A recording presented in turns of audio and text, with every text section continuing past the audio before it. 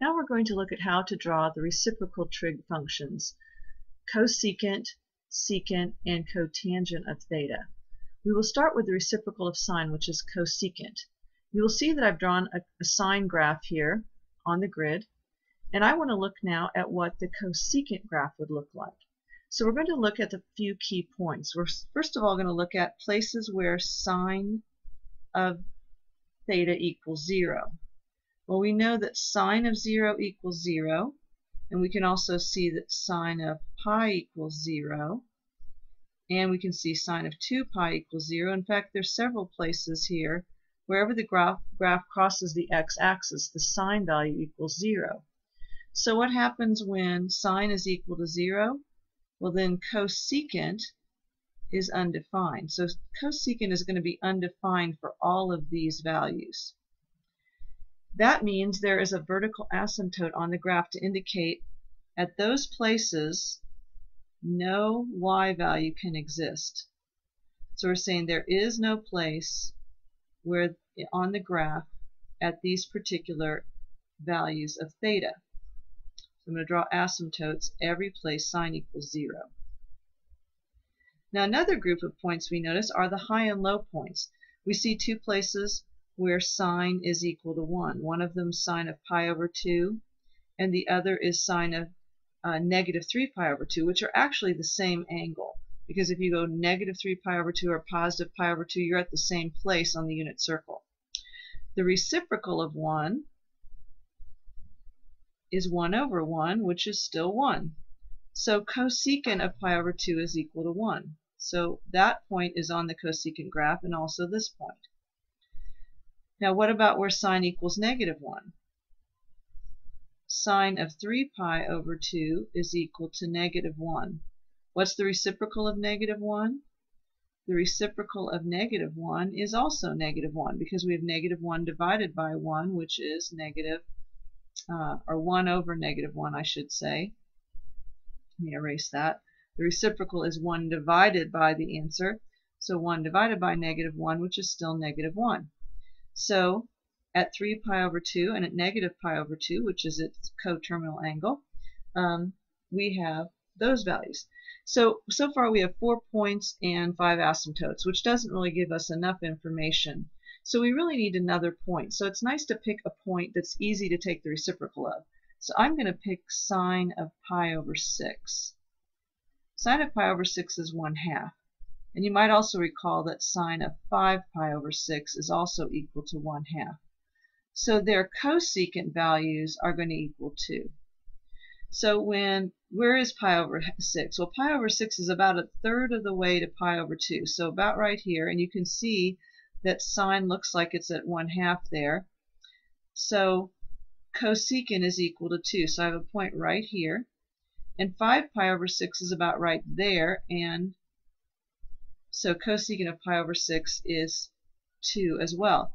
And the graph cannot cross the asymptote, so basically we have this kind of a U-shaped graph that goes like this. We see the same thing at 7 pi over 6 and 11 pi over 6, only in this case instead of positive 1/2, sine is equal to negative 1/2, and so cosecant is equal to negative 2. So we'll have a couple other points right here and here where cosecant equals negative 2. And we would actually see the same pattern occur on these two sections of the graph to the left of the y-axis, same pattern. So the black graph, not the red, which is the sine graph, but all the black is the graph of cosecant. I just realized that I didn't ever label the other graph cosecant, so on your notes you probably ought to label the other graph cosecant. Now the secant graph is very similar to the cosecant graph. Every place that cosine is 0, secant will be undefined, so we'll have a vertical asymptote. Every place that cosine is 1, secant will be 1, and every place that cosine is negative 1, secant will be negative 1. Now the nice value, though, the other nice value for cosine is cosine of pi over 3. cosine of pi over 3 is equal to 1/2. And cosine of negative pi over 3 is equal to 1/2. Or that's the same thing as cosine of 5 pi over 3. So where does pi over 3? Pi over 3 is the same as 2 pi over 6, and it's about 2/3 of the way over here. There's our negative pi over 3. So you'll notice then wherever cosine is equal to 1/2, secant is equal to 2. So we have a couple values here, kind of close to the asymptotes as we go up. And the steeper the graph gets, the closer it gets to the asymptote. Where cosine is negative is in quadrants 2 and 3, and so we see a couple values here where cosine is negative 1/2, and so secant would be negative 2. Oops, I didn't put those points in the right place. I might not have done that on the other graph too, now that I think about it. I might not have gone down far enough. These points should actually be down here, the very at negative 2, not at negative 1.5. And we see another similar pattern occur on the in between the other asymptotes, alternating up and down.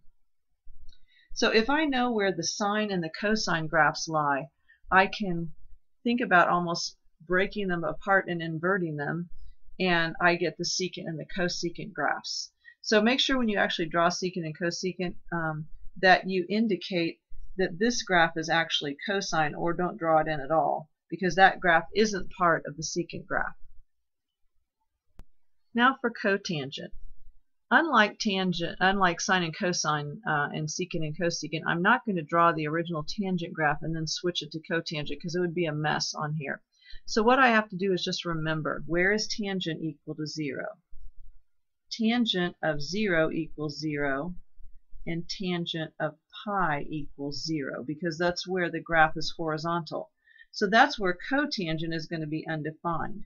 So at pi, cotangent will be undefined. At 2 pi, at 0, at negative pi. So all of those would be horizontal angles. Oops, switched my page accidentally.